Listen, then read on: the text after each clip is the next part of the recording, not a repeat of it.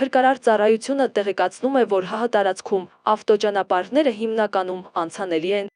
Փակ են Արագածոտնի մարզում Ամբերդ բարձր լեռնային օդերևութաբանական կայանից Ամբերդ ամրոց և Քարի լիճ տանող ավտոճանապարհները, Ջերմուկի Խաչմերուկից մինչև Ջանգեր կոչվող հատվածը Նորավան Լծեն Տաթև Շինուհայր Տաթև Կապան, ավտոճանապարհները Դիլիջանի ոլորանները և Վարդենյաց լեռնանցքը փակ են կցորդով բեռնատարների համար։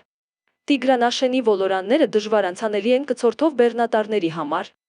Աշտարակի ապարանի Արագածի Մասիսի Արտաշատի Արարատի Եղեգնաձորի Վայքի Սիսյանի Գորիսի Կապանի Մեղրիի Աբովյանի Հրազդանի Սևանի Դիլիջանի Իջևանի Գավառի Մարտունի Վարդենիսի տարածաշրջաններում ձյուն է տեղում։